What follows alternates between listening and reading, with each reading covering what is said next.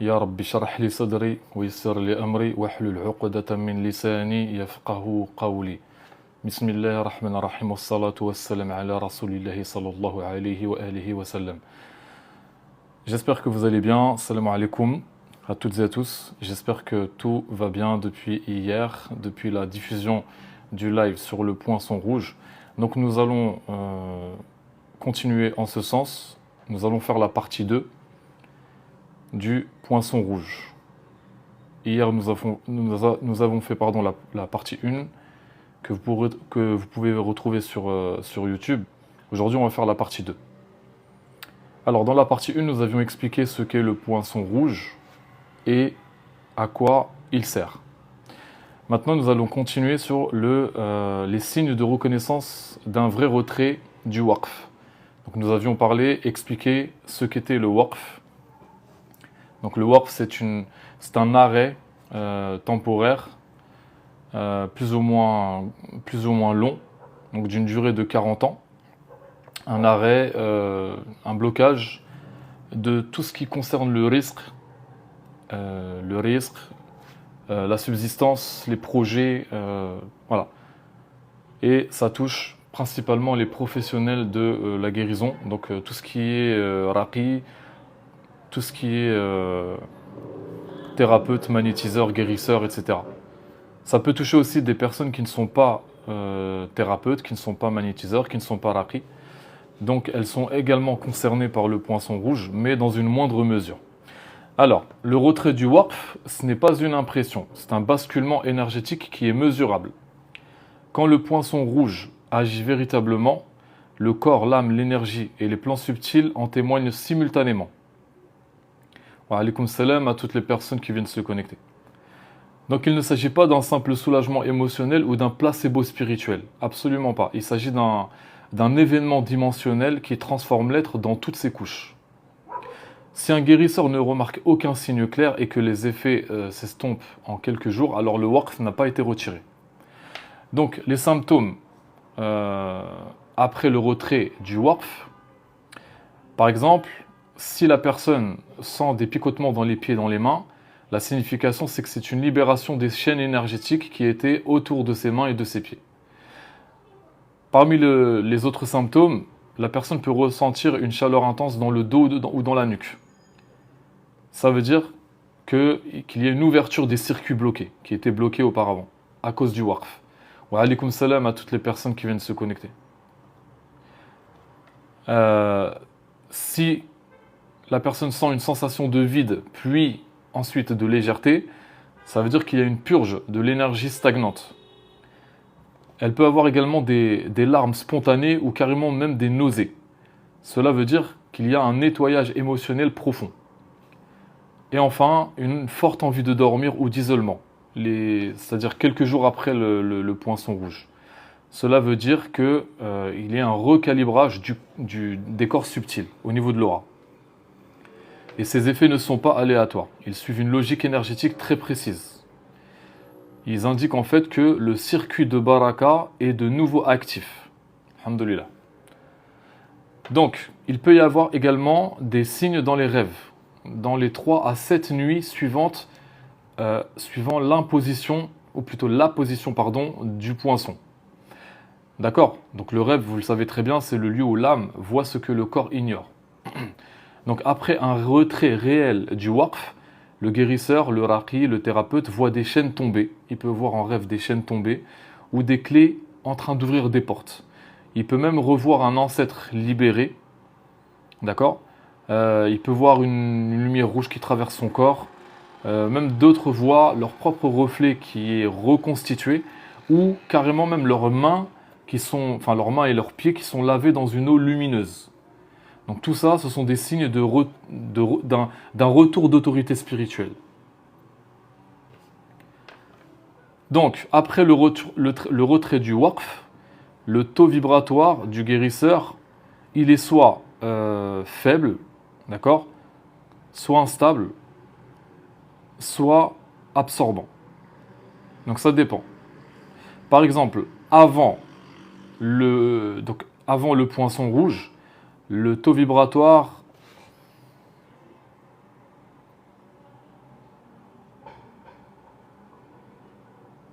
Alors, je viens de... Excusez-moi, je viens de recevoir une restriction. Euh, je ne sais pas pourquoi j'ai eu... Attendez. Est-ce que vous pouvez sécuriser le live parce qu'on vient de le signaler, s'il vous plaît? On vient de signaler le live. Barakallahu fikoum. Donc, essayez de tapoter un maximum, s'il vous plaît. Il y a des gens qui signalent le live. Merci beaucoup. Tapotez, tapotez s'il vous plaît au maximum pour le sécuriser, le faire monter dans l'algorithme de TikTok. Barakallahu fikoum. Alors, je disais en fait que avant la position du poinçon, par exemple, le taux vibratoire est de 4500 unités bovis. Donc, les unités bovis, c'est la mesure pour, comment dire, pour mesurer le taux vibratoire. Après, tout de suite après le poinçon, il monte à 12 000 unités bovis.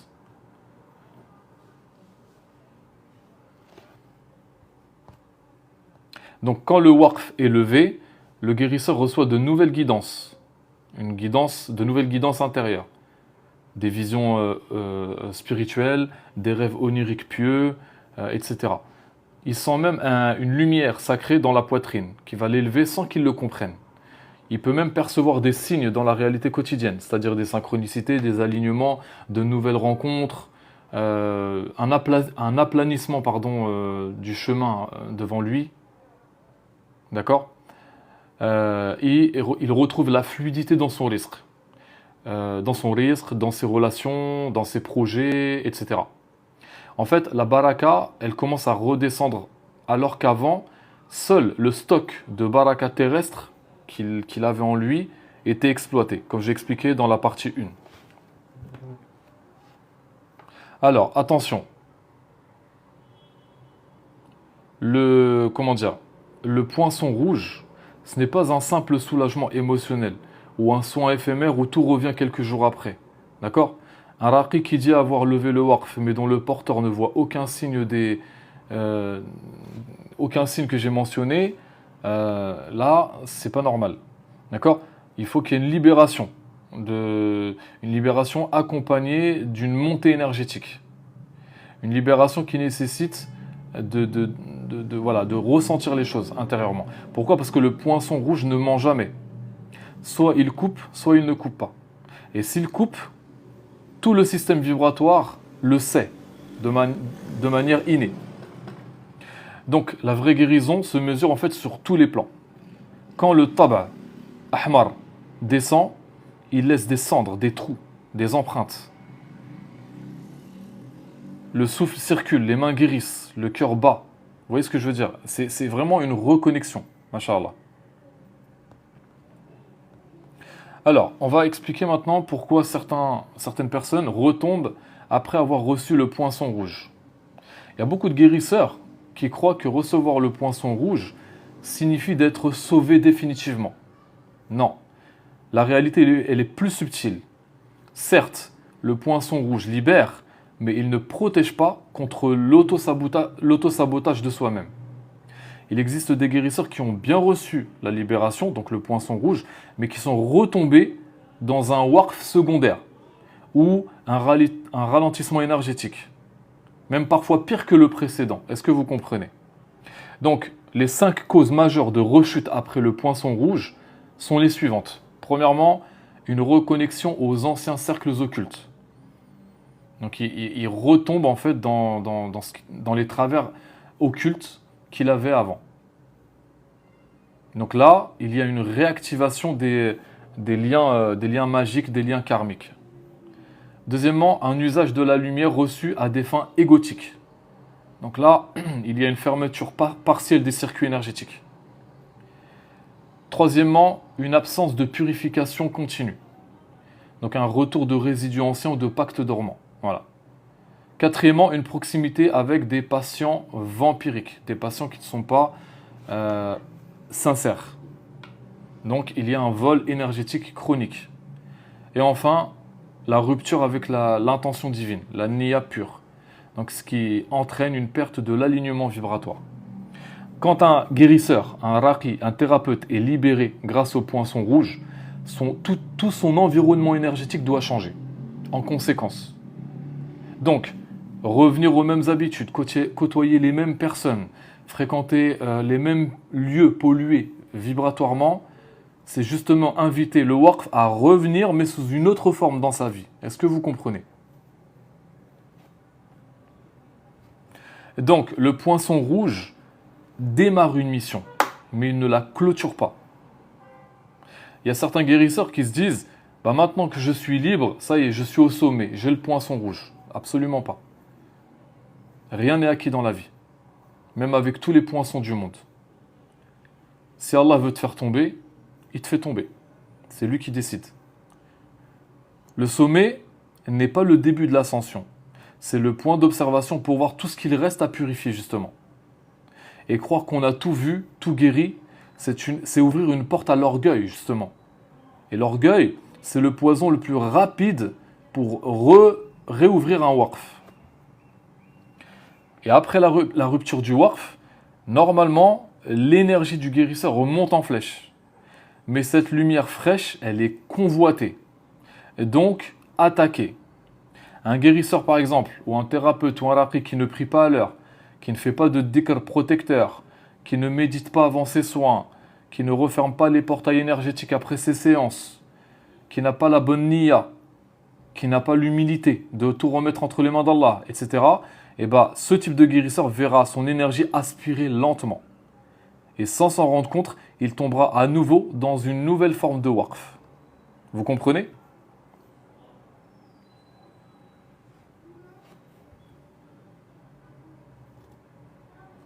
Le poinçon rouge brûle.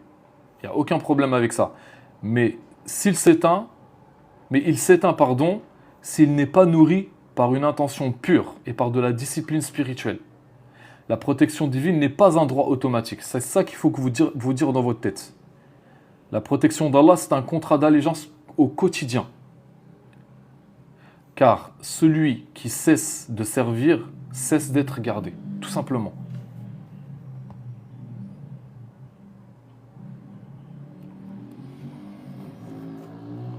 Donc maintenant, on va parler du poinçon rouge et de la restauration du rizq. Comment la subsistance se libère après la chute du waqf.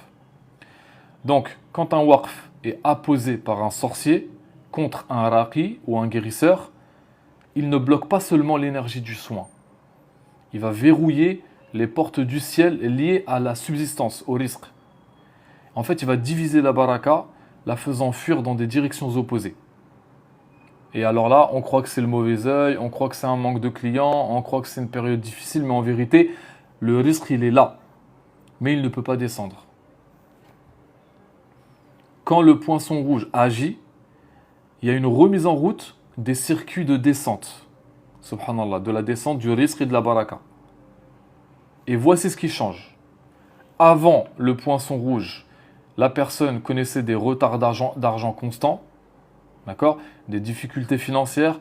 Après le poinçon rouge, il y a un flux inattendu, des aides venant de nulle part.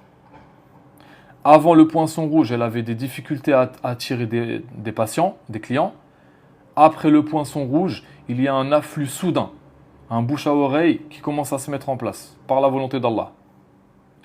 Avant le poinçon rouge, la personne avait des blocages bancaires, des dettes, etc. Après le poinçon rouge, il y a des déblocages au niveau juridique, financier, etc. Alaykoum salam. Avant le poinçon rouge, il y avait une sensation de travailler dans le vide. Après, il y a un alignement entre travail, énergie et repos. Repos intérieur. Voilà.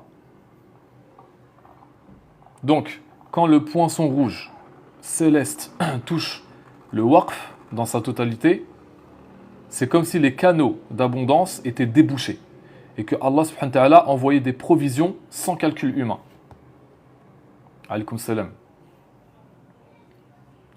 En fait, le poinçon rouge libère le nom de la personne, le nom de la personne lié au rizq. Chaque guérisseur possède un nom connu dans le alam al-amr, donc dans le monde du décret. Ce nom, tant que le waqf est actif, il est enfermé, obstrué et brouillé. Et après la position du poinçon rouge, ce nom revibre à nouveau. Il va attirer le rizq qui est lié à lui. et les armées spirituelles de la subsistance seraient actives. Subhanallah. Donc le poinçon rouge ne donne pas simplement ou seulement l'énergie de soigner. Non. Il va redonner au thérapeute, au raqi, le pouvoir d'attirer ce qui est à lui dans les sphères célestes. Donc, par rapport au risque, il y a 3 dimensions à souligner. La première, c'est le risque énergétique. Le thérapeute ou le guérisseur, le raqi, se sent nourri après un soin et non vidé. C'est ce que j'ai expliqué hier. Donc, quand tu fais une séance de ruqya, ça ne te vide pas normalement. Ça te remplit justement de baraka et de lumière. Il ne guérit plus avec ses réserves. D'accord? Mais avec le flux divin qui est à nouveau ouvert. Parce que le canal du risque, il a été débouché, comme je viens de l'expliquer. Le deuxième type de risque, c'est le risque matériel. Donc la clientèle devient plus respectueuse, reconnaissante, généreuse. Les projets qui étaient auparavant bloqués, ils vont redémarrer. Les dettes s'effacent comme si un voile se levait. Et enfin, troisièmement, le risque céleste. Donc le thérapeute, le raqi, le guérisseur, commence à recevoir des secrets. Il est invité par exemple dans des rêves ou dans des visions à se rendre à certains lieux. Il va recevoir des aides, une guidance, des rêves oniriques pieux, etc. D'accord? Voilà.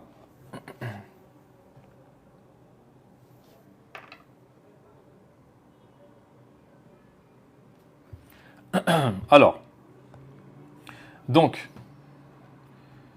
les signes que le risque est libéré après le poinçon rouge. Donc, il y a un sentiment de fluidité dans les soins. Ça veut dire que le flux est aligné. Une augmentation de la générosité chez les patients. Ça veut dire que la baraka circule de nouveau. Il y a des dons qui sont inattendus. Ça veut dire qu'il y a une ouverture des portails invisibles et des invitations honorifiques. Par exemple, des collaborations, des conférences. Ça veut dire qu'il y a une reconnaissance divine et humaine. Donc le poinçon rouge est un acte de miséricorde, subhanallah. Et c'est aussi un acte de justice spirituelle. Quand la personne est restaurée dans son pouvoir céleste, le monde la reconnaît.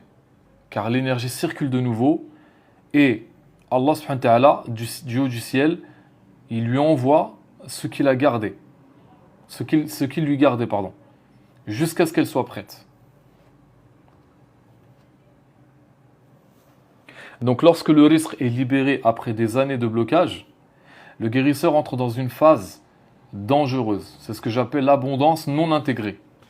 Car celui qui a longtemps été enchaîné peut mal gérer justement cette liberté soudaine et transformer la bénédiction en illusion justement. Vous comprenez?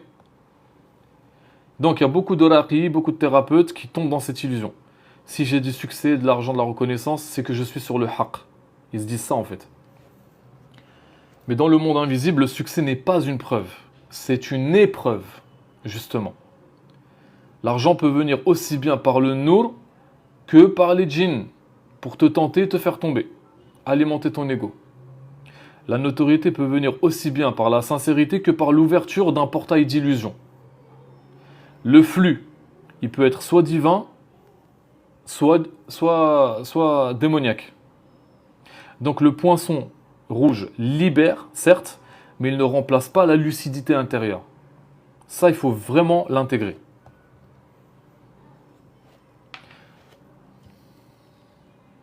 Donc par exemple, il y a des guérisseurs, des pseudo-raqis, qui vendent des formules spirituelles, qui proposent des initiations payantes,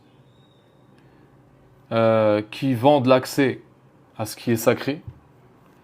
Mais dans la balance divine, ce que tu monnaies, tu le perds en baraka.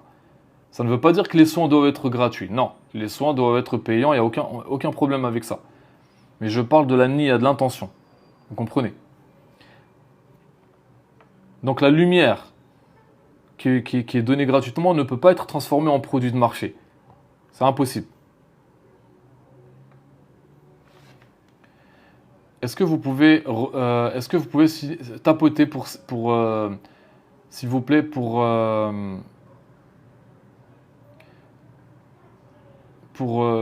faire monter, sécuriser le live, parce qu'ils n'arrêtent pas de le signaler. Barakallahu fikum. Tapotez, s'il vous plaît, au maximum. J'ai reçu un deuxième avertissement de la part de TikTok, c'est la première fois. Ça, ce sont des haineux jaloux qui ne supportent pas la diffusion de la lumière, donc ils essaient de bloquer. S'il vous plaît, tapotez au maximum. Barakallahu fikum. Vous n'arriverez pas à éteindre la lumière, ça je vous le dis tout de suite. Par la grâce d'Allah, vous n'arriverez pas. Alhamdulillah, vous pouvez tenter ce que vous voulez, vous n'y arriverez pas, bi'idnillah.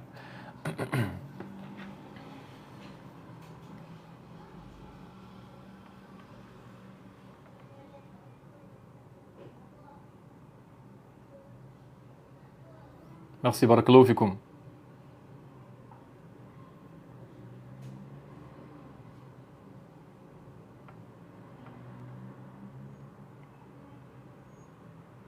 Alors, je répondrai à vos réponses, à vos questions, pardon, à la fin du live, d'accord? Inch'Allah.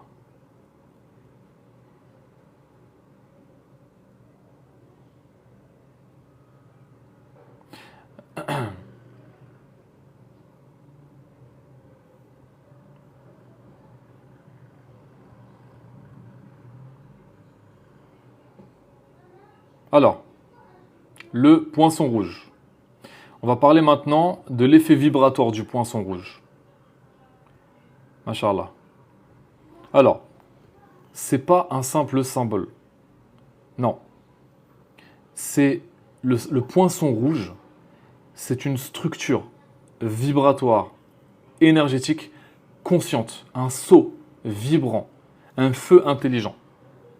Car son activation, pardon, génère une onde géométrique de dégagement.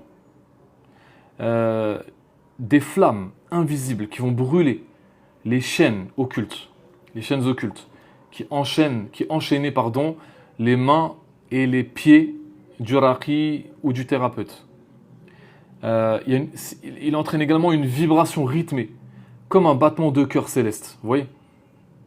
Et surtout, il comporte un ordre exécutif céleste, transmis aux anges de la guérison et du dégagement. Donc le poinçon rouge, c'est un sceau vivant, relié à un monde supérieur, et dont la géométrie sacrée contient une mémoire, subhanallah, spirituelle. Donc en fait, quand il y a apposition du poinçon rouge, d'accord, il y a donc comment dire, il y a une création d'un sceau. La forme de ce sceau se manifeste en plusieurs couches vibratoires, sous forme, comme je l'ai expliqué, de 3 cercles concentriques.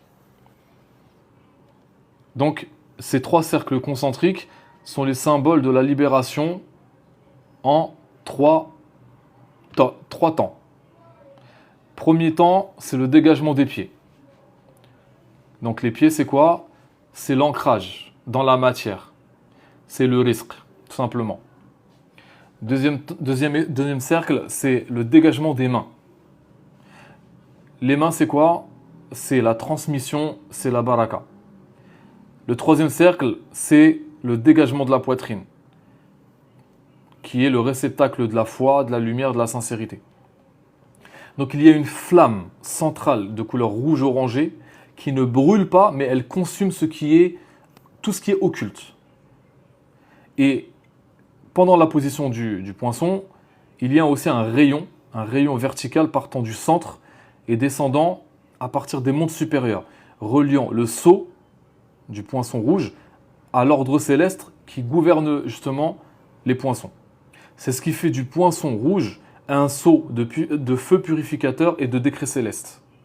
Donc lorsqu'il est apposé, il provoque dans l'âme du raqi ou du thérapeute qui a reçu le waqf par un sorcier une triple réaction vibratoire. La première, c'est une contraction. Donc l'âme se replie et elle sent qu'un jugement approche. Le cœur, il se peut que le cœur bat plus vite. Une impression de mise à nu qui commence à s'imposer. Ensuite, il y a ce que j'appelle le feu. Donc les chaînes occultes réagissent. D'accord? Elles tremblent, elles grésillent. Parfois même, elles hurlent dans le monde invisible. Les entités liées à ces chaînes, donc les entités avec lesquelles le sorcier a pactisé, sont forcées de rompre leurs liens. L'âme du guérisseur ou du raqi, elle est exposée à une chaleur sacrée qui va brûler les empreintes du waqf. Et enfin, troisièmement, la libération. Donc là, lorsqu'il y a libération, la circulation de la lumière, elle reprend son cours. Des zones sombres s'illuminent, les organes se réchauffent, les visions apparaissent des fois et une vague de paix commence à s'installer. Donc le poinçon rouge, il reprogramme l'âme dans sa version originelle, mashallah.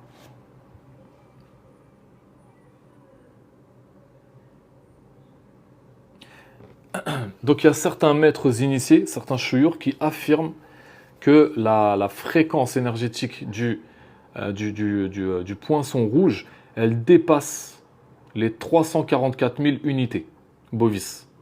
Donc c'est la vibration de la rupture, tout simplement, qui est équivalente à une onde de choc énergétique, à un décret angélique immédiat, un effondrement carrément des pactes occultes. Et enfin un changement de destin énergétique.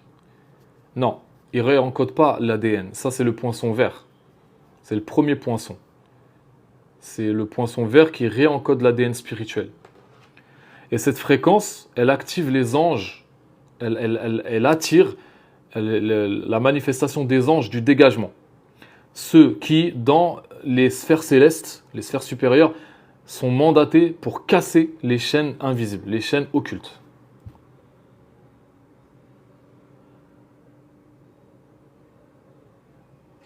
Donc le poinçon rouge, en fait, tout simplement, il inverse la malédiction, il renverse les pactes, il renvoie les forces vers leurs origines et surtout, il ferme les brèches qui ont été ouvertes. En fait, c'est un saut géométrique, non seulement de feu, mais aussi de lumière descendante. Et en fait, derrière ce poinçon rouge se cachent des entités célestes vivantes. Donc, Junud d'Allah.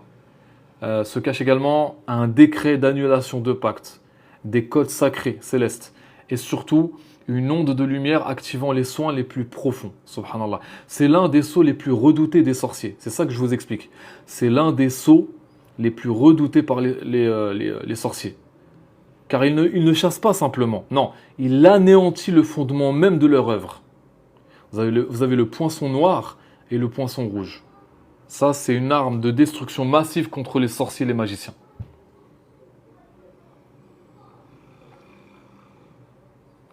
Et maintenant, nous allons parler un peu malheureusement, des sorciers déguisés en raqi.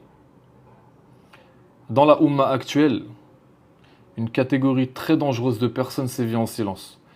Ce sont ce qu'on appelle les sorciers déguisés en raqi. Il y en a énormément. Donc, ils portent une barbe, ils citent des versets du Coran, ils prononcent les noms d'Allah, ils prétendent même faire la ruqya. Mais en vérité, ils utilisent des djinns. Ils ont des pactes invisibles. Ils manipulent les malades pour aspirer leur baraka. Et ils inversent la ruqya pour créer de nouveaux liens occultes. C'est l'un des plus grands pièges de la fin des temps. D'accord? Et ces furaqis sont souvent protégés par des djinns chrétiens, berbères ou juifs. Par des entités féminines, souvent invoquées comme étant des associés.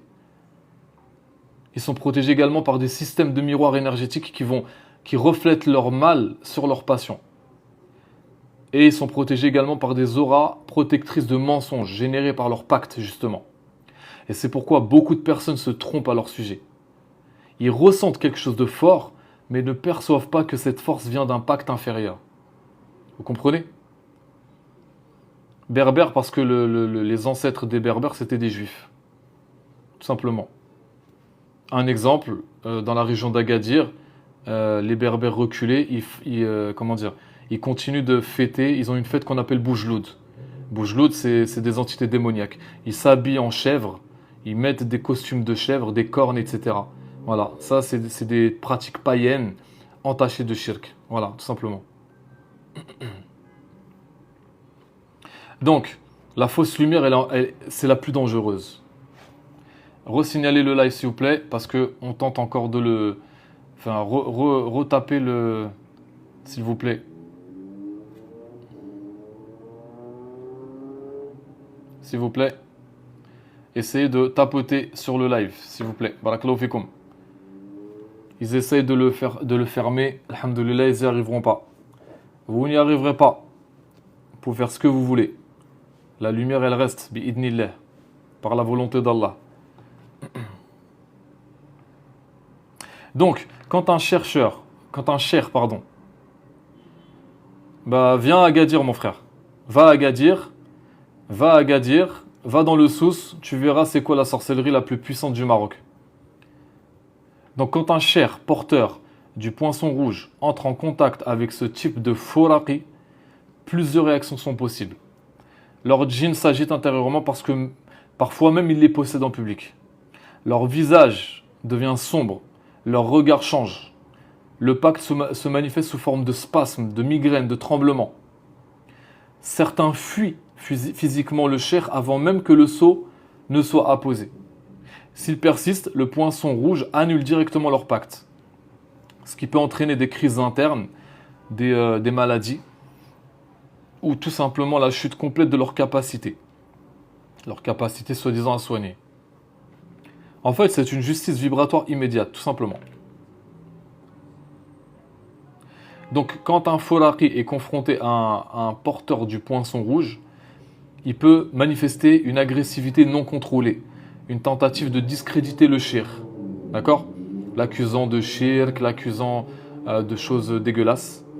Il peut avoir une perturbation dans ses rêves, un blocage soudain de ses pratiques occultes, le départ, ou plutôt la fuite des djinns qu'il exploitait, une perte de son énergie, un retour des mots sur lui-même, tout simplement, parce que le poinçon rouge, il agit comme un couperet. Il va retirer le faux manteau et révéler la véritable intention. Vous comprenez? Et pourquoi Allah permet que certains guérisseurs tombent sous leurs emprises? Parce qu'ils ont un waqf, un manque de discernement, un besoin de validation extérieure, ou parce qu'ils sont eux-mêmes tentés de pactiser inconsciemment. Et le poinçon rouge permet de purifier la chaîne énergétique de guérison, justement en éjectant les imposteurs et en reconnectant les vrais guérisseurs à la baraka céleste. Donc, le poinçon rouge ne soigne pas simplement, il juge, il détecte les pactes, il détruit les ententes occultes, il juge les mains qui touchent pour tromper. Il renvoie aux foraqi leur propre sorcellerie. Vous comprenez? Certains en tombent malades, d'autres fuient définitivement. Certains cherchent même le repentir auprès du cheikh qui détient le poinçon. S'il reconnaît la vérité, bien entendu. Le poinçon rouge ne ment pas. Il n'oublie pas les victimes spirituelles de ses imposteurs. Et en fait, ce qu'il faut se dire, c'est que le poinçon rouge ne fait pas de compromis avec la fausse lumière. Dans un monde où les imposteurs se multiplient, le poinçon rouge, c'est une épée vibratoire, masha'Allah. C'est un juge, tout simplement. Un juge céleste, un sceau d'extermination des faux pactes. Il ne s'active que dans la sincérité. Et ne tolère aucun mensonge.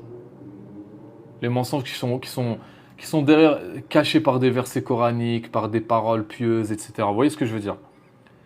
Donc le porteur du poinçon rouge, c'est un gardien de la baraka céleste. Il ne soigne pas seulement, non, il va purifier la chaîne de lumière. Allahu Akbar.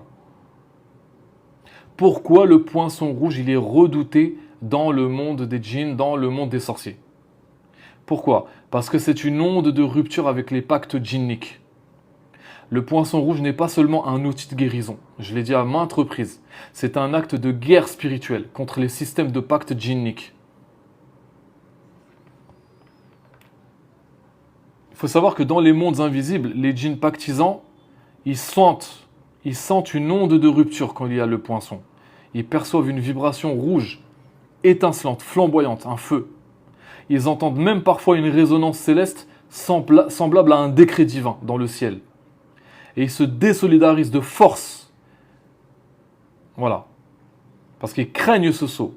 Ce sceau qui annule leur contrat, qui détruit les portes qu'ils ont ouvertes. Il brûle leur mémoire énergétique.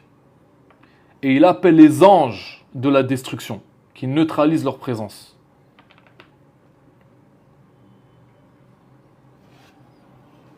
Pourquoi? Parce que chaque djinn pactisé, d'accord? Chaque djinn pactisé est relié à un code vibratoire. Et ce code est subtil. Il est souvent caché sous des pratiques religieuses. Quand le poinçon rouge est activé, il émane une vibration rouge-orangée qui fait exploser le code du pacte et qui va provoquer une perte d'identité chez le djinn qui est lié.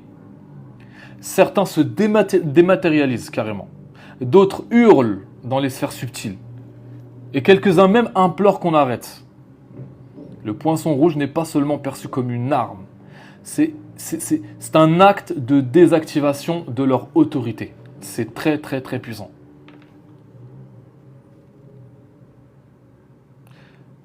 الذي لا يضر مع اسمه شيء في الأرض ولا في السماء. Exactement. Continuez faites monter le live s'il vous plaît. Tapotez s'il vous plaît. Barakallahu fikum. Sécurisez le live. Allah yahfadkoum. Donc quand un pacte démoniaque, djinnique est brisé par le poinçon rouge, les djinns perdent l'accès au corps de la personne. Ils ne peuvent plus influencer les rêves de la personne. Ils n'ont plus de relais dans l'environnement de la personne. Et ils perdent leur pouvoir sur les objets et les lieux qu'ils avaient marqués. Vous comprenez? En fait, c'est une désactivation intégrale de leur autorité. Tout simplement. C'est pourquoi les djinns pactisants, ils fuient comme la peste les chers, les chouyours, porteurs du poinçon rouge. Ils essaient même de les attaquer dans leurs rêves pour les faire douter. Ou ils essaient d'entrer dans leur entourage pour les corrompre de l'intérieur. Mais ils n'y arriveront pas. Parce que si le shir reste protégé et sincère, le poinçon rouge reste inviolable.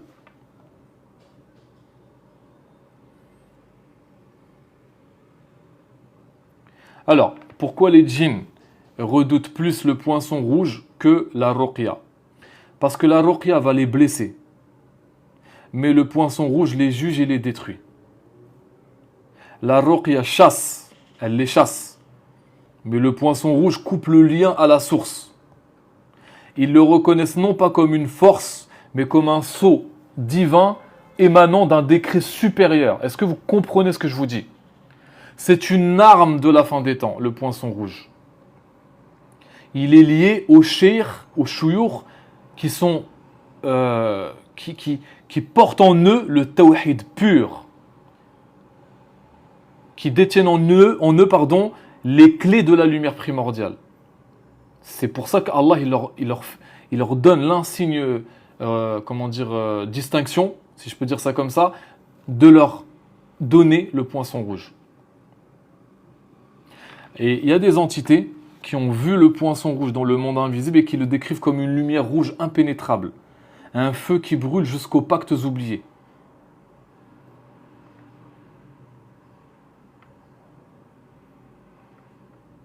Pas poisson, non, poinçon. Alaykoum salam à toutes les personnes qui viennent d'arriver. Soyez les bienvenus. Donc je l'ai dit, je le redis maintenant. Le poinçon rouge, poinçon, c'est pas poisson. Hein. Le poinçon rouge n'est pas un soin. Ce n'est pas une ruqya. C'est une déclaration de guerre contre l'usurpation des pactes. Non, amin. Le poinçon rouge, il va rétablir la souveraineté de l'âme, de la personne poinçonnée.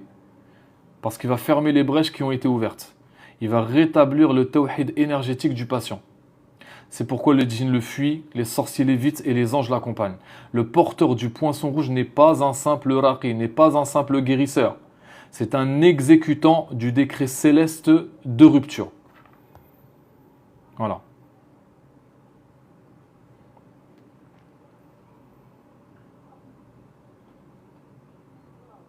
Et en fait, le porteur du poinçon, il est reconnu par les malaïka du haqq, les anges de la vérité.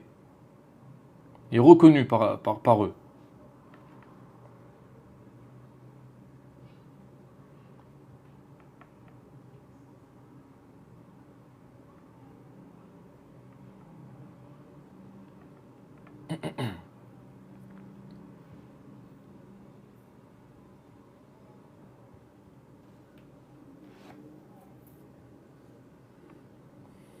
Alors, est-ce que vous pouvez, s'il vous plaît, tapoter énormément.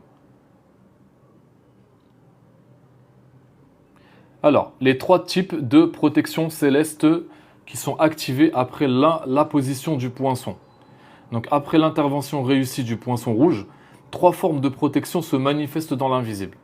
Premièrement, donc, il y a comme une sorte d'énergie protectrice qui va recouvrir la personne d'une énergie rouge feu et qui permet de faire rebondir les attaques sans même qu'il en soit conscient.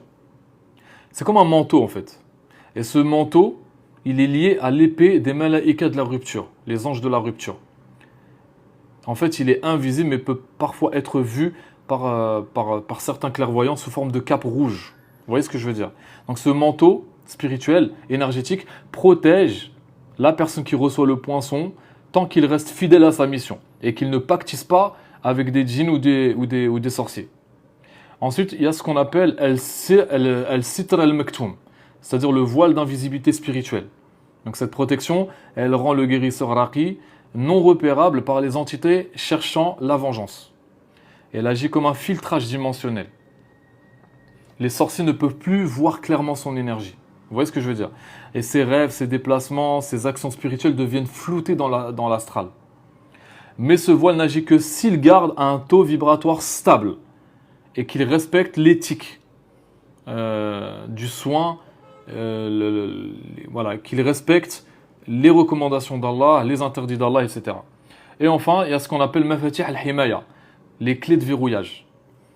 Donc ce sont des codes énergétiques transmis par les anges liés au poinçon rouge. Ce sont des codes et ces codes se placent sur les points vitaux du corps éthérique. Par exemple les poignets, la nuque, les reins, le plexus solaire, la plante des pieds, le front. Et chaque clé verrouille une faille possible. Si un sorcier tente un sort, d'accord, ou un djinn qui tente une intrusion, ou un regard de mauvais œil tente de percer, la clé s'active. Elle rejette l'attaque comme une décharge. Et ces clés ne peuvent être ni copiées ni activées par imitation. Elles sont vivantes et elles sont codées vibratoirement.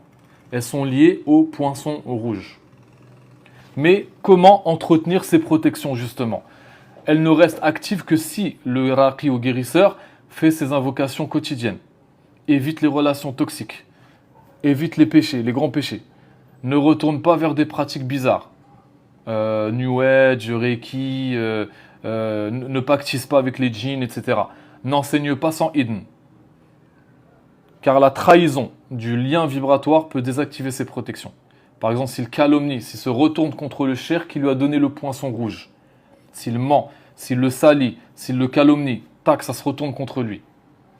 On rigole pas avec ça, on n'est pas dans un jeu vidéo. Là, on est en lien avec les mondes célestes. Il n'y a pas de jeu là, on rigole pas. Merci Lilo, barakallahu fik. Donc, certains signes montrent que ces protections sont actives. Par exemple, les patients rapportent avoir vu des voiles, des lumières protectrices autour d'eux. Les attaques en rêve deviennent moins fréquentes ou carrément sans effet. Les entités qui s'attaquaient au guérisseur raqi ne peuvent plus pénétrer son champ. Il perçoit intuitivement les dangers avant qu'ils n'arrivent. Donc ça dépend des cas. Si la personne trahit le poinçon rouge, qu'est-ce qui se passe? Donc il y a le porteur, donc le cher qui donne le poinçon rouge, et le bénéficiaire du sceau. Le bénéficiaire, c'est celui qui reçoit. Donc il va perdre son manteau spirituel, que j'ai décrit il y a quelques instants.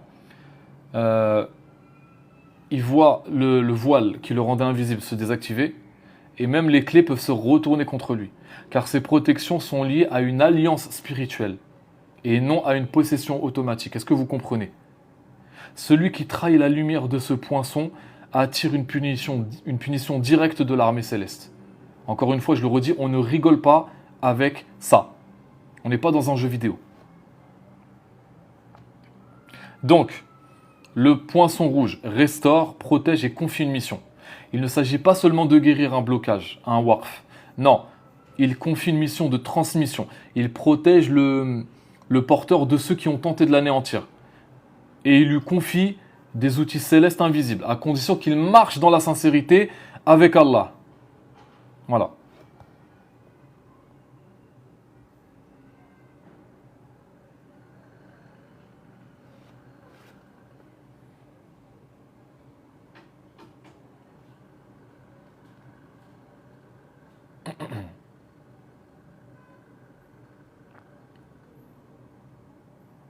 Alors, il y a des cas, et sont très rares, où le waqf, parce qu'il y a plusieurs types de waqf, je l'ai expliqué dans la partie 1, que vous pouvez retrouver sur YouTube en tapant Nour Guérison. Donc j'ai posté la partie 1. Il y a des cas où le waqf est tellement puissant que le poinçon rouge ne suffit pas. Donc on appelle ça ce sont des cas de pacte de sang ancestraux. D'accord?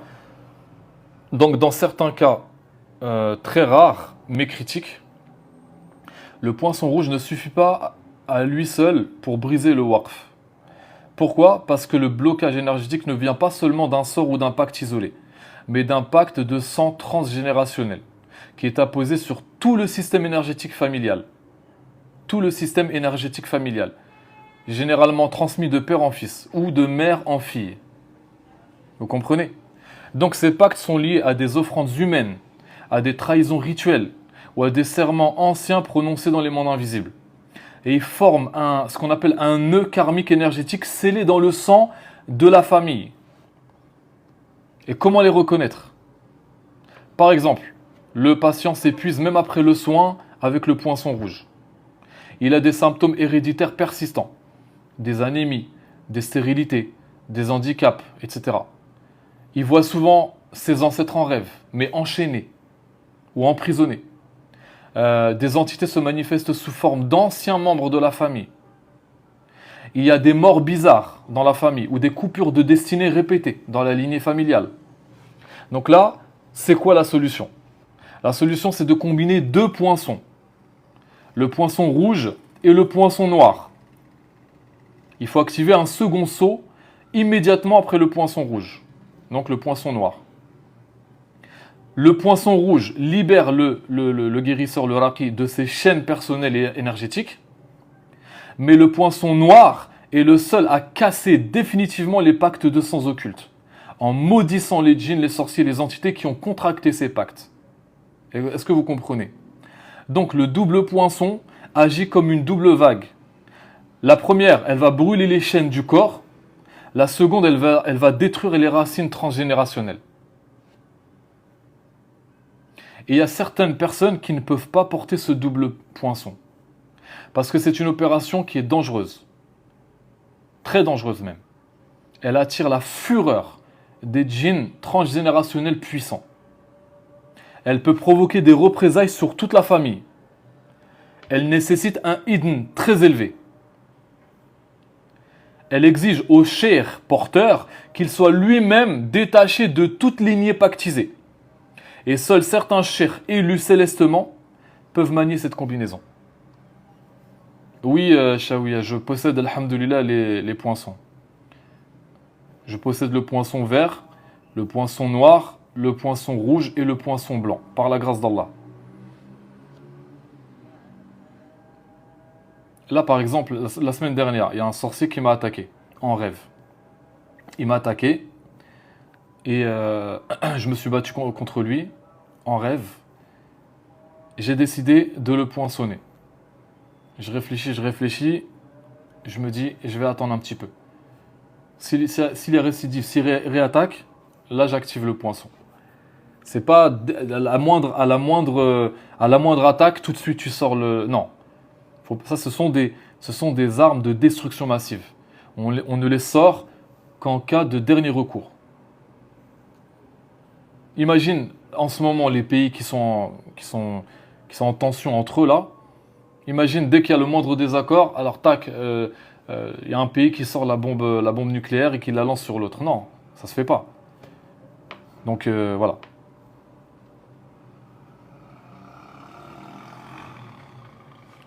Alors, quels sont les symptômes après un double saut, un double poinçon?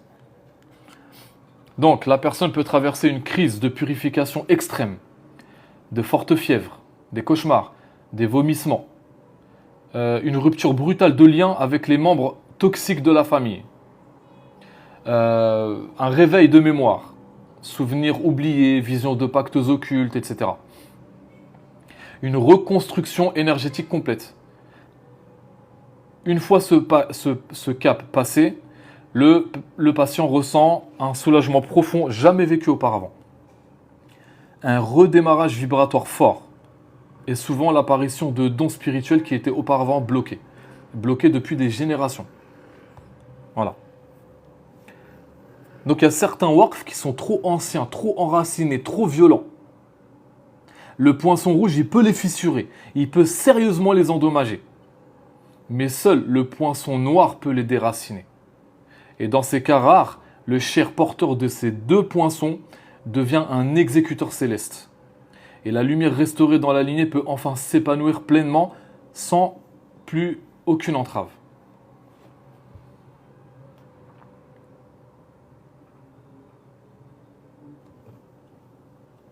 Donc, lorsque le poinçon rouge est apposé et que le waqf est brisé par la volonté d'Allah, la personne ne revient pas à son état d'avant. Elle entre dans une nouvelle trajectoire vibratoire. D'accord ? Plus rapide, plus haute, plus claire. C'est ce qu'on appelle dans le langage spirituel al-nahda al-rahmaniya, c'est-à-dire la relève de la mission par la miséricorde d'Allah subhanahu wa ta'ala. D'accord ? Parce que c'est un feu spirituel. Le feu du poinçon rouge n'est pas seulement un feu destructeur, c'est un feu de l'éveil. Il va rallumer la mission oubliée. Il ouvre les portes célestes. Allahu Akbar. Donc, il y a 7 étapes de montée vibratoire après la position d'un poinçon rouge. D'accord ? Donc, oui, si le cher décède, le poinçon persiste, oui. Donc, l'étape numéro 1, c'est au niveau de la plante des pieds. La zone activée, c'est la plante des pieds. Là, il y a un réenracinement énergétique, un réancrage en fait. Au niveau des mains. Ensuite, au niveau des mains, une réactivation du toucher spirituel, de la transmission vibratoire. Ensuite, au niveau des reins, c'est-à-dire une libération du flux bloqué du risque. Ensuite, au niveau du plexus solaire, une dissolution du voile émotionnel accumulé pendant le waqf. Ensuite, au niveau du cœur, une remontée des invocations non exaucées et des serments faits à Allah. Ensuite, au niveau de la nuque, une réouverture du lien aux maqamat célestes et aux soldats d'Allah. Et enfin, au niveau du front, c'est-à-dire une vision claire de la mission, des malades à soigner, des djinns à neutraliser. Une fois que ce processus est enclenché, plusieurs signes apparaissent chez le porteur chez la personne qui reçoit le poinçon. Salam alaikum, monsieur le médecin. Salam alaikum, Fali Mahmoud. Kamil Anour. Donc, il reçoit des rêves de guidance, des rêves qui vont le guider. Ça a commencé il y a 1 heure. Il ressent une nouvelle force dans sa foi, d'accord ? Même dans sa voix. Sa voix, elle a beaucoup plus d'empreintes énergétiques pour briser les entités. Il commence à ne plus supporter certaines personnes ou certains lieux. C'est le signe d'un tri vibratoire. Il devient intolérant à toute compromission, même subtile, à tout vice, à tout défaut, à tout, à toute perversion. Et surtout, des passions viennent à lui sans qu'il les appelle. Pourquoi ? Parce que ce sont les soldats d'Allah, Rufqal Saliha, qui guident les cœurs vers lui.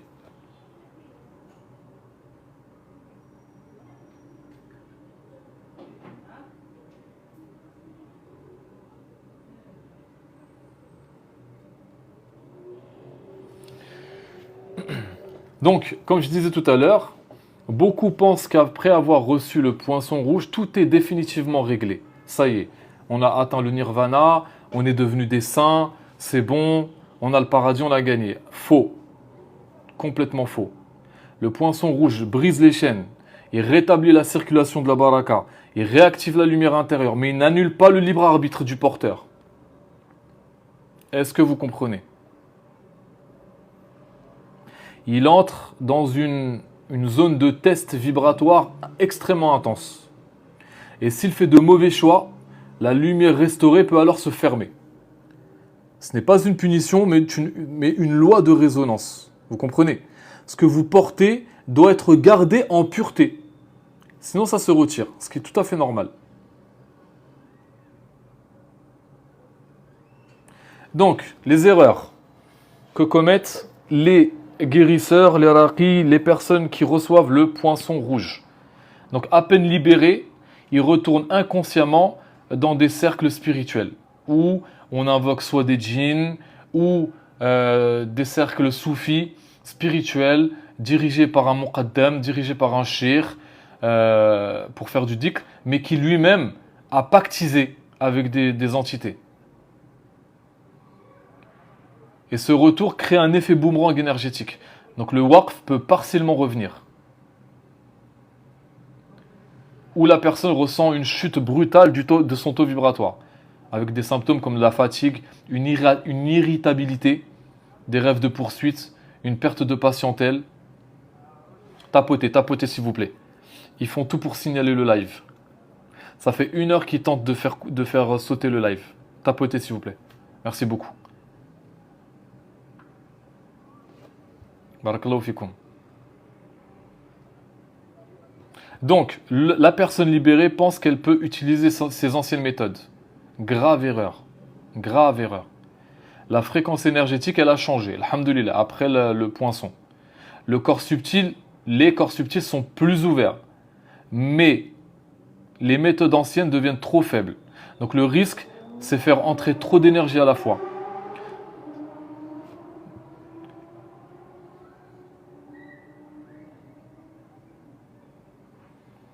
Merci beaucoup les frères et sœurs. Barakallahu fikoum. Continuez, c'est très très bien. Très très bien ce que vous faites. Merci beaucoup. Qu'Allah vous bénisse, qu'Allah vous protège, qu'Allah vous élève. Qu'Allah augmente votre risque sous toutes les formes. Merci beaucoup. Je vous l'ai dit, message aux haineux, aux jaloux, au cœur noir comme le charbon, vous ne réussirez pas à faire éteindre la lumière. D'accord? Vous ne réussirez pas à faire taire la lumière. La lumière continuera, bon gré mal gré. D'accord? On continuera à diffuser ces enseignements que vous le vouliez ou non, par la grâce et la volonté d'Allah. Alhamdulillah.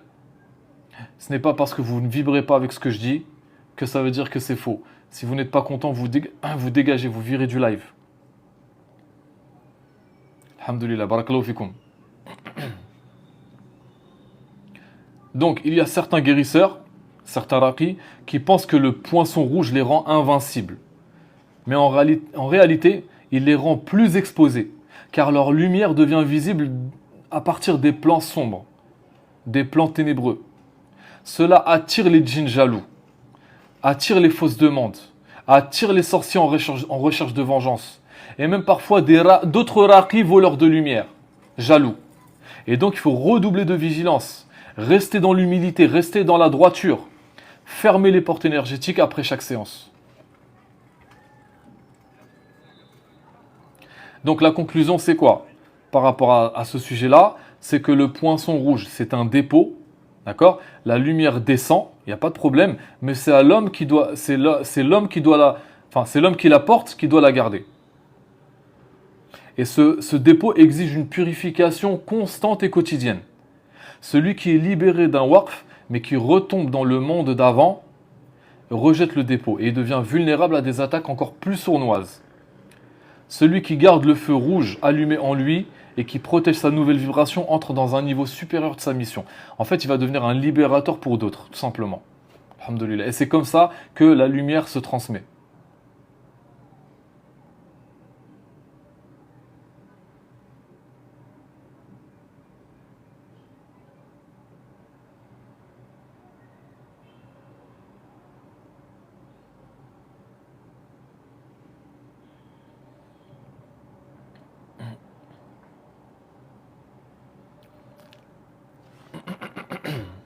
Alors, merci beaucoup, la vie est belle.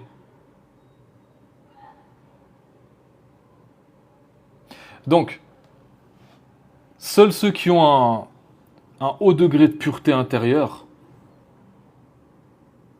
peuvent carrément même voir le poinçon en rêve.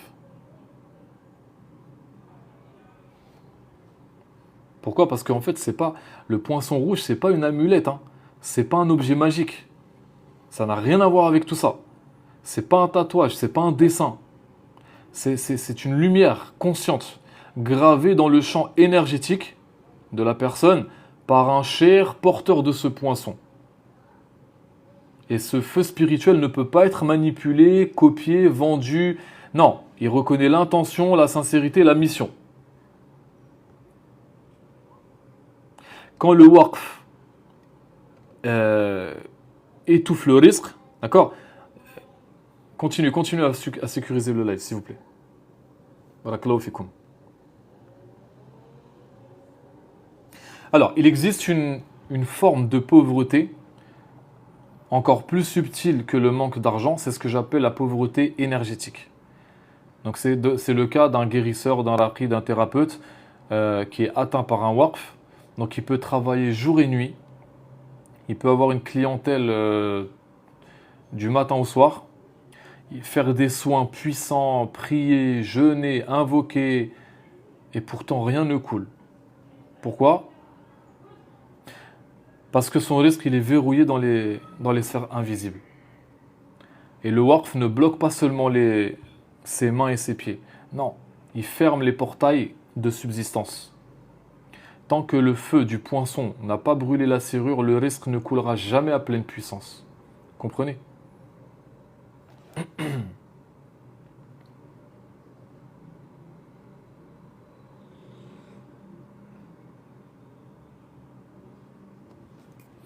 Donc, oui, il faut tapoter surtout, les frères et sœurs. Il faut tapoter surtout. Merci beaucoup. Quand le poinçon rouge est apposé, il commence par brûler les verrous du bas. Puis, il va libérer les circuits supérieurs du risque. Donc, cette couverture, elle se fait en 3 phases. Premièrement, il y a d'abord ce qu'on appelle la brûlure du verrou terrestre. Donc, ce qui entraîne les liens invisibles entre les pieds et la terre, ils vont être purifiés. Ensuite, en deuxième partie, il y a ce que j'appelle la reconnexion du souffle.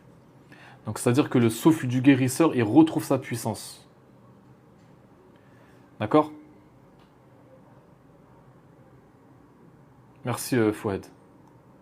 Et enfin, la pluie vibratoire du risque céleste. Donc, des portes invisibles s'ouvrent, d'accord? Parfois par des causes inattendues, des dons, des nouvelles rencontres, des appels improbables, des synchronicités, etc. qui vont ouvrir le risque. C'est ça, exactement Abdelkrim, c'est une renaissance vibratoire. Il faut tapoter les frères et sœurs, tapoter, tapoter, tapoter. Donc, qu'est-ce qui change dans le quotidien après le poinçon rouge au niveau du risque? Donc les demandes de soins, elles augmentent, sans publicité, sans rien du tout. Des dons financiers spontanés commencent à arriver, sans même le demander. Des patients appellent, des rencontres, ce que j'appelle des rencontres pivots. Elles viennent débloquer la route. Une paix profonde intérieure s'installe, même quand le compte bancaire est vide. Et le taux vibratoire augmente, rendant le corps plus léger et plus mobile. Et cela vient par la réouverture des circuits célestes du destin. Donc, le risque céleste, on va détailler qu'est-ce que le risque céleste et le risque terrestre. Le risque terrestre, donc avant le poinçon rouge, il est obtenu par des efforts, par de la visibilité, par de la publicité. Il s'accompagne souvent par de la fatigue. La personne, elle bataille dans les soins. Elle est très fatiguée à la fin. Et ce risque terrestre est limité parce que le mental croit possible. Et il est soumis à la compétition, à l'instabilité, à la peur. La peur du manque, la peur de ne pas faire de chiffre d'affaires, la peur de ne pas avoir une patientèle digne de ce nom, etc. Tandis que le risque céleste, après le poinçon rouge, il est obtenu par alignement, par vibration. Il apporte repos et expansion. Exactement, les doutes, exactement. Il ouvre des portes inattendues, comme je l'ai dit. Mais surtout, il est soutenu par la présence divine et par les armées de la lumière. Junud ar-Rahman, les armées d'Allah. Le poinçon ne donne pas d'argent, mais il ouvre les grilles d'accès au risque, qui se matérialisent ensuite selon le niveau d'alignement du porteur. Vous comprenez?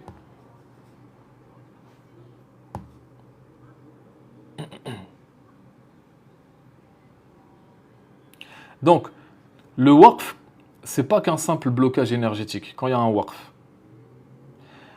C'est une opération militaire occulte, orchestrée par des entités bloquantes, souvent liées par des pactes anciens, soit à des sorciers vivants ou morts, ou même à des lignées spirituelles concurrentes.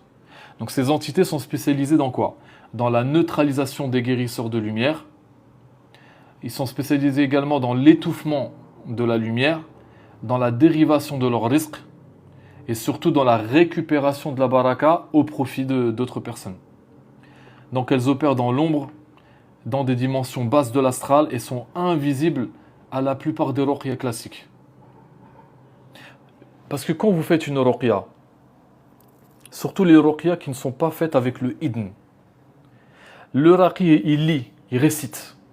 Il récite, il récite. Mais jusqu'où va sa récitation? Dans les dimensions invisibles. Est-ce que sa ruqya, elle arrive à percer les inframondes, les mondes d'en bas? Imaginez-vous, vous êtes au niveau 0. Ensuite, il y a le niveau -1, -2, -3, -4, -5, -6, jusqu'à -10. -10, à partir de -8, -9, -10, on retrouve les pires entités qui soient. Celles qui sont les grands démons, les pactes ténébreux, ancestraux, anciens. Bah, la ruqya classique, elle pénètre pas jusqu'à ces niveaux. Comprenez? Tandis que le poinçon, oui.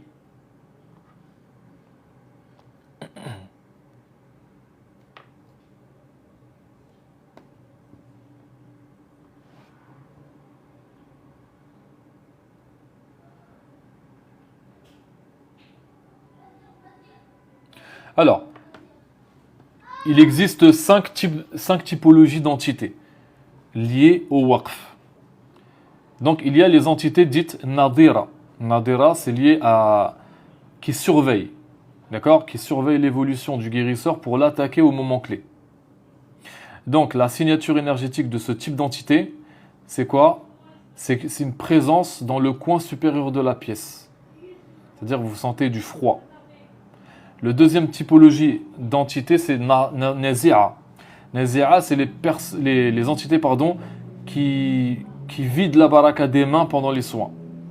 Donc la signature énergétique, c'est des douleurs dans les bras, les mains froides, une fatigue soudaine pendant le soin, pendant la ruqya, ou après. Troisième typologie d'entité qu'on appelle les qafida. Qafida, c'est celle qui enchaîne les pieds et la colonne énergétique. Donc, la personne, le raqi, le soignant, peut avoir des crampes dans les jambes, des douleurs dans le dos chronique. Ensuite, le quatrième type d'entité, ce qu'on appelle khaniqa, celle qui étouffe la voix pendant le soin, qui bloque le souffle. Donc là, le raqi, il sent un poids sur la poitrine. Et enfin, le dernier type d'entité, c'est ce qu'on appelle les sariqa. Sariqa, c'est celle qui récupère, qui vole l'énergie suite aux invocations du guérisseur, du raqi, à des fins occultes. Voilà. Donc, ces récitations deviennent inopérantes, entre guillemets. Donc, ces entités, elles sont implantées autour du corps, mais aussi parfois dans l'environnement. Par exemple, dans la pièce où il fait ses ruqya, dans les coussins, dans les lits, dans le lit, voilà. Même dans le téléphone, hein, parfois. Donc, qu'est-ce qui fait le poinçon rouge face à ces entités? Le poinçon rouge n'exorcise pas, au sens classique. Il va libérer le champ vibratoire en appelant les forces spirituelles, Junud Allah.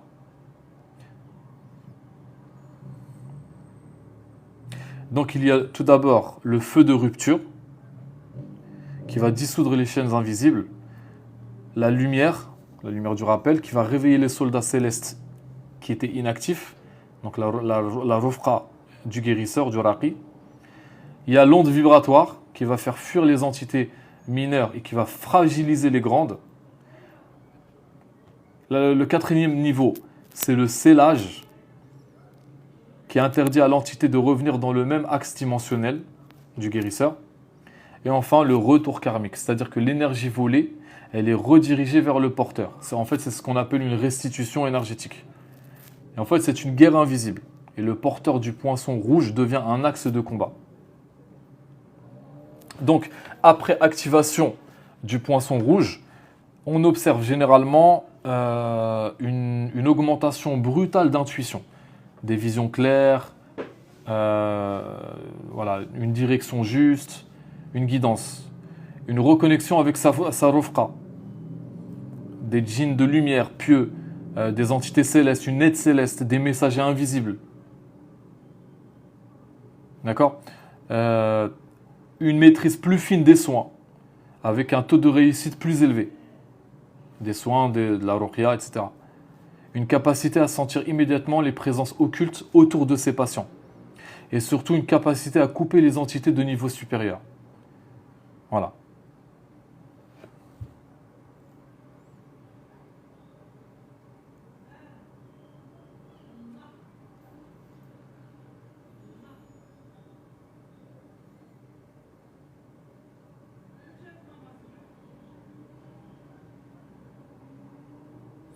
En fait, merci beaucoup Elodie.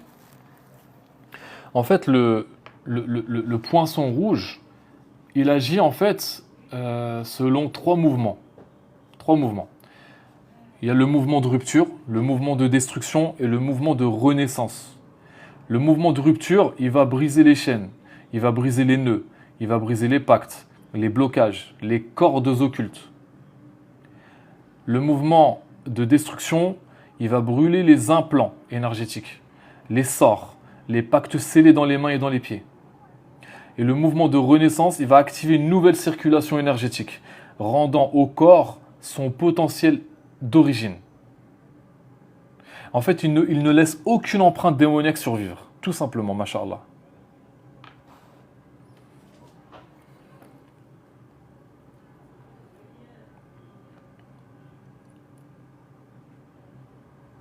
Alors, bien que le feu soit l'élément central du poinçon rouge, il y a d'autres éléments qui vont s'activer automatiquement après la pose du poinçon.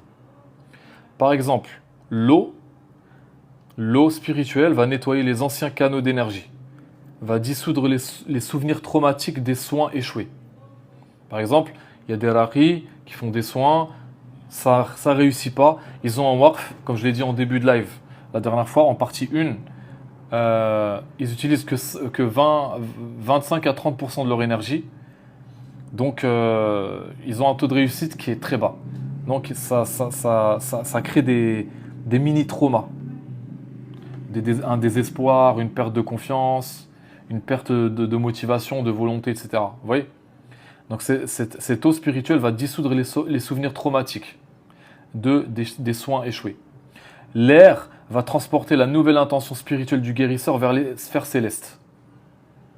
Et enfin, la terre va ancrer le feu dans la matière. Elle va stabiliser l'énergie pour éviter les excès et les fuites vibratoires. Donc en fait, le feu du poinçon rouge ne brûle pas à sec. Il est encadré, il est nourri, il est soutenu par une alchimie vibratoire invisible. Est-ce que vous comprenez, mes frères et sœurs ?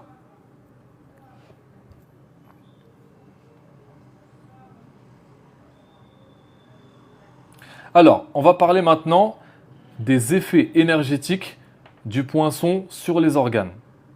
Donc, au niveau du cœur, l'effet du poinçon rouge entraîne un déblocage sentimental et émotionnel profond, un retour de la foi vibratoire. Vous comprenez ? Au niveau des poumons, il y a une libération des peurs anciennes et des restrictions respiratoires liées au waqf. Au niveau du cerveau, une clarté mentale, une intuition forte, une réception de guidance. Au niveau des pieds, une reconnexion au circuit de la Terre, la capacité de déplacement énergétique qui va être restaurée, un ancrage amélioré. Et enfin, au niveau des mains, la baraka qui est réactivée. Un retour du magnétisme du raqi, du thérapeute. Une chaleur bienfaisante, tout simplement. Donc ces organes sont les plus affectés par le waqf. Et le poinçon réécrit leurs fonctions subtiles. Donc en fait, ce qu'il faut comprendre, mes frères et sœurs, c'est quoi? C'est que la position du poinçon rouge n'est pas la fin du combat. Non, c'est le début d'un nouveau cycle énergétique dans lequel la personne, elle va retrouver ses dons, elle réarme ses circuits, elle réactive son souffle guérisseur et surtout elle ouvre les portes de la transmission. Et ce feu du poinçon, il est intelligent, il est orienté, il est vivant. Il ne brûle que ce qui doit mourir. Et il révèle ce qui était enfermé en fait. Tout simplement, masha'Allah.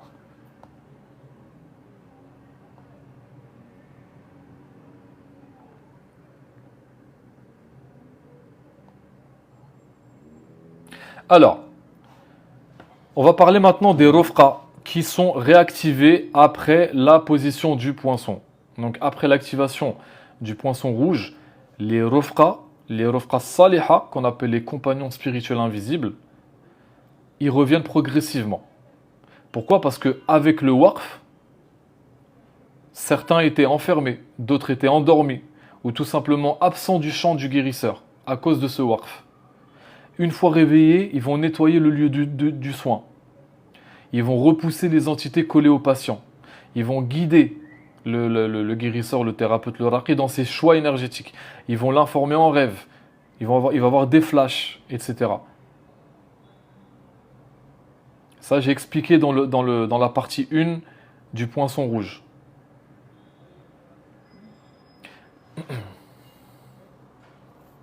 Donc, il reçoit dans ses rêves ou dans ses visions des ordres de combat spirituels, des informations sur les pactes, sur ses patients.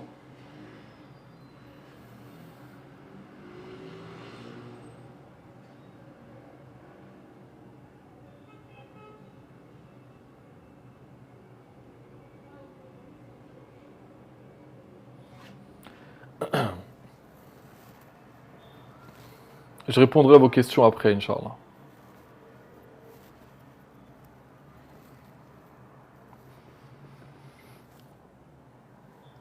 Donc je répète pour les frères et sœurs. Alhamdulillah, par la grâce d'Allah, je possède le poinçon rouge. Je peux donc le donner aux personnes, Inch'Allah, qui le méritent. Bi'idnillah. Et tout se fait selon la volonté d'Allah.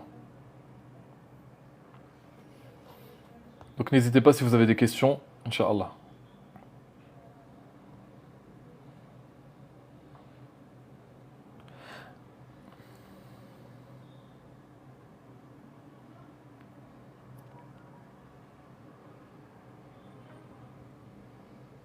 Non, ce n'est pas que pour les soignants.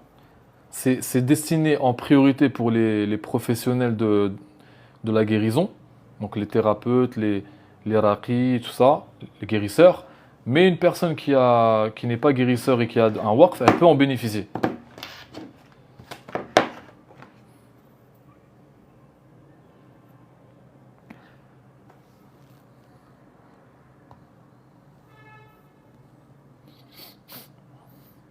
Il a commencé depuis à peu près 1h30.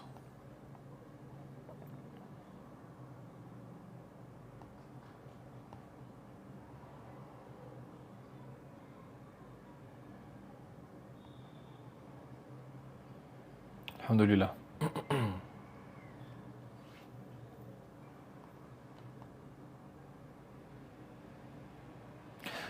En fait, merci beaucoup Ilham.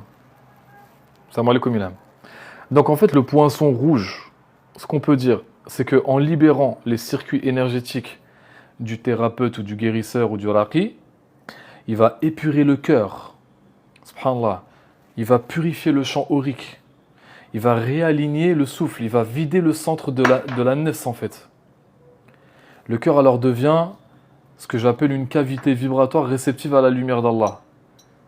Il va devenir également un miroir transparent capable de refléter le besoin exact du patient.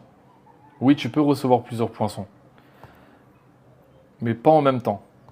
Parce que c'est trop, la charge électromagnétique, elle est trop puissante.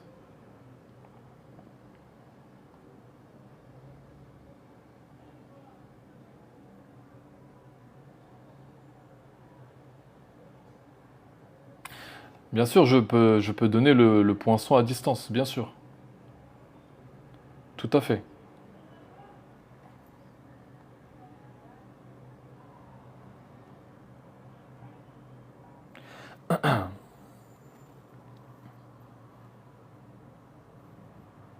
Exactement, c'est une renaissance, machallah. Alors, au niveau dans les sphères invisibles, le poinçon rouge n'est pas un simple outil, c'est un sceau vivant, comme je l'ai dit, qui est porteur d'un code vibratoire collectif. Lorsque un cher reçoit ce poinçon, d'accord, un lien dimensionnel se crée entre lui et tous les autres détenteurs, même s'ils ne se connaissent pas, même s'ils sont séparés par des océans.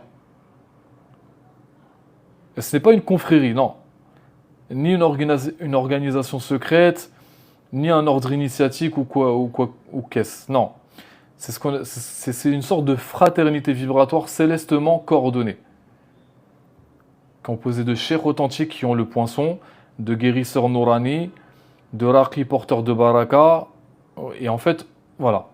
C'est un lien du cœur, en fait, exactement, Fali.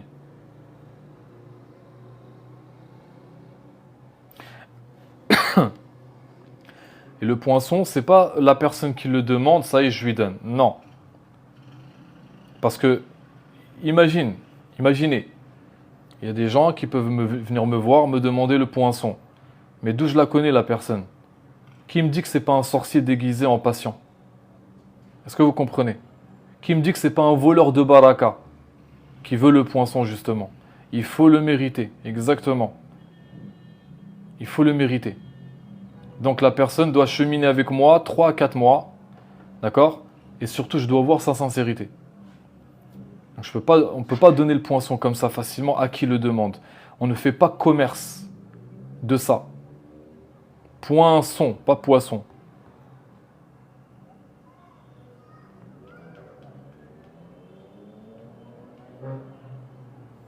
Exactement, Marod. Exactement.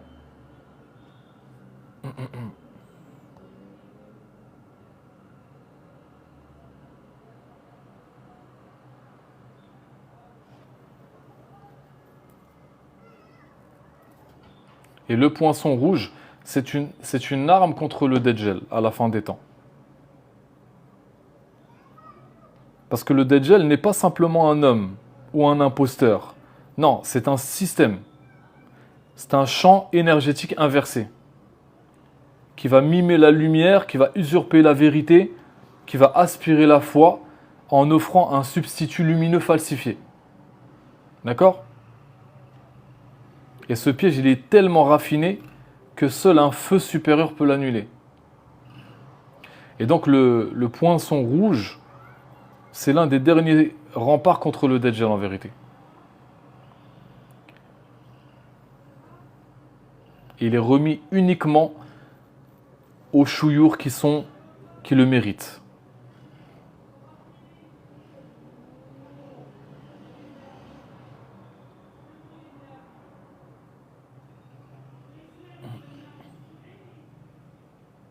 Pourquoi? Parce qu'en vérité, quand vous réfléchissez, le système du Dajjal, il est conçu pour quoi?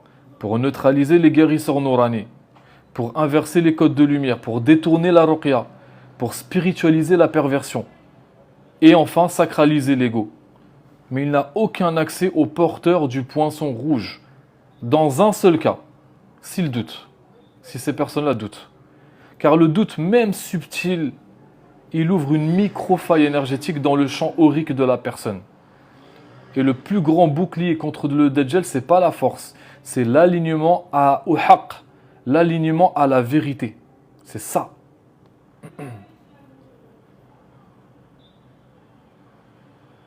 Le Dajjal, il aime les mots, les belles paroles. Il les falsifie, il les vide de leur essence, il les fait vibrer à l'envers. Il parle de paix, mais il crée la guerre. Il parle de lumière, mais ils enferment dans l'astral. Il parle de guérison, mais il connecte les gens à des entités démoniaques. Et le poinçon, il va reprogrammer tout cela. Comprenez ou pas? En fait, c'est l'antidote énergétique au système du Dajjal. Vous comprenez ou pas, mes frères et sœurs? Quand le monde entier sera envahi par des guides, des faux guides d'apparence lumineuse, des saints déformés, des invocations piégées, des soins occultes déguisés, et ben les porteurs du poinçon rouge se tiendront comme des colonnes invisibles de l'ultime vérité. Vous comprenez ou pas? Et ils ne sont pas là pour briller, ils sont là pour tenir le feu d'Allah jusqu'au retour de l'imam al-Mahdi, alayhi salam. C'est ça qu'il faut bien comprendre.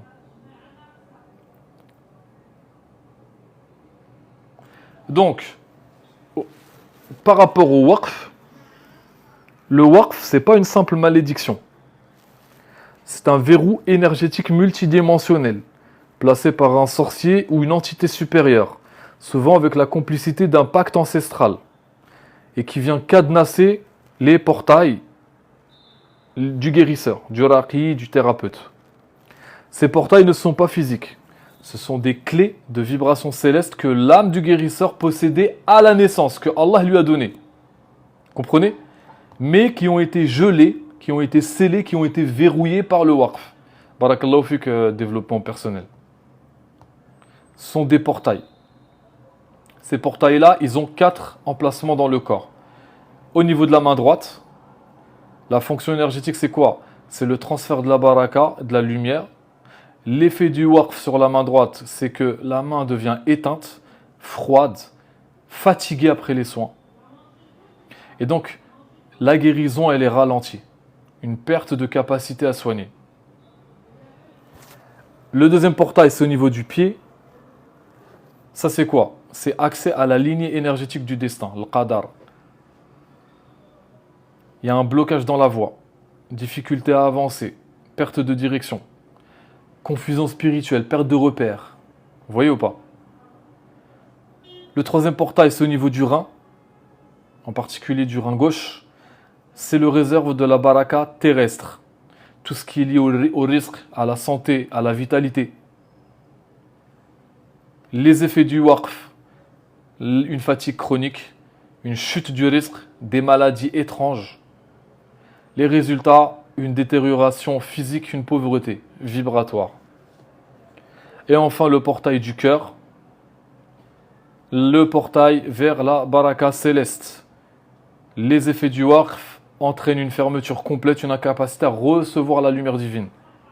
Donc les résultats, les soins sont inefficaces, la prière sans fruit, la ruqya, elle est impuissante. Comprenez?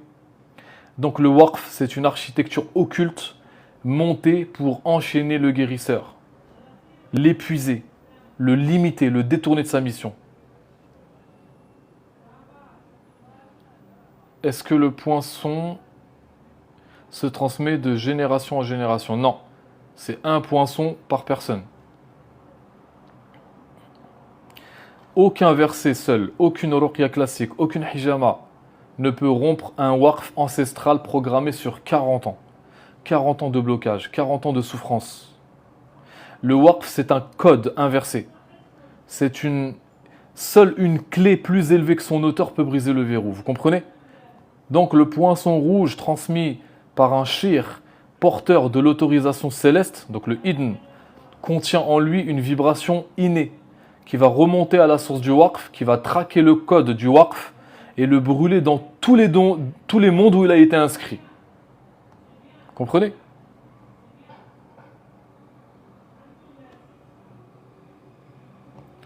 Voilà les frères et sœurs, je vais m'arrêter là.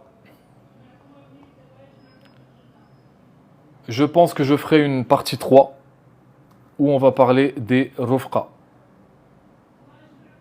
Prenez soin de vous. Si vous avez des questions, n'hésitez pas, allez-y. Merci Abdelkrim. Allez, je passe un salam à toutes les personnes qui sont connectées et à qui je n'ai pas répondu. Alhamdulillah. Merci beaucoup Fali Mahmoud. Allah yahfadek. Oui, tu peux retrouver sur YouTube. Ma chaîne YouTube, elle porte le même nom, Nour Guérison. Peut-on te rencontrer pour apprendre de ton savoir? Alors, je ne rencontre personne, ma sœur. Physiquement parlant, je ne rencontre personne. Parce qu'il y a des gens qui essaient de m'atteindre physiquement, qui essaient d'attenter à ma vie physiquement. Il a un effet sur la lignée. Non, c'est sur toi.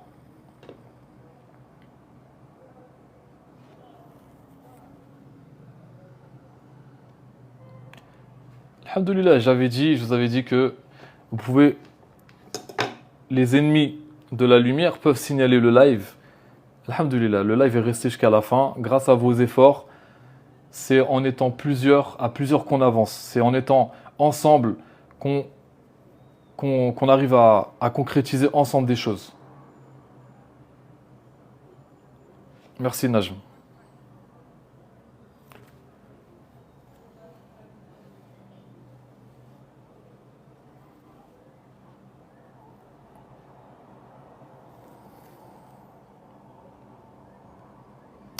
Prenez soin de vous, mes frères et sœurs. Je vais couper le live et je ferai une partie 3 sur le poinçon rouge. La partie 3, je pense que ça sera la dernière partie. Et après, je ferai le poinçon blanc. Le poinçon blanc qui est lié au risque, aux personnes, comment dire, à ceux qui ont des commerces, des magasins, des affaires professionnelles, des entreprises qui ont un blocage dans le risque.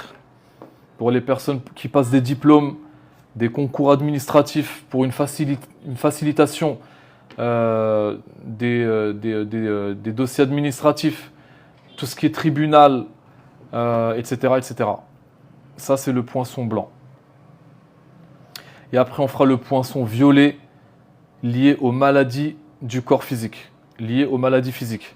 Les maladies chroniques, les cancers, les tumeurs, les infections, les maladies auto-immunes, tout ça. Tout ça, c'est le poinçon violet.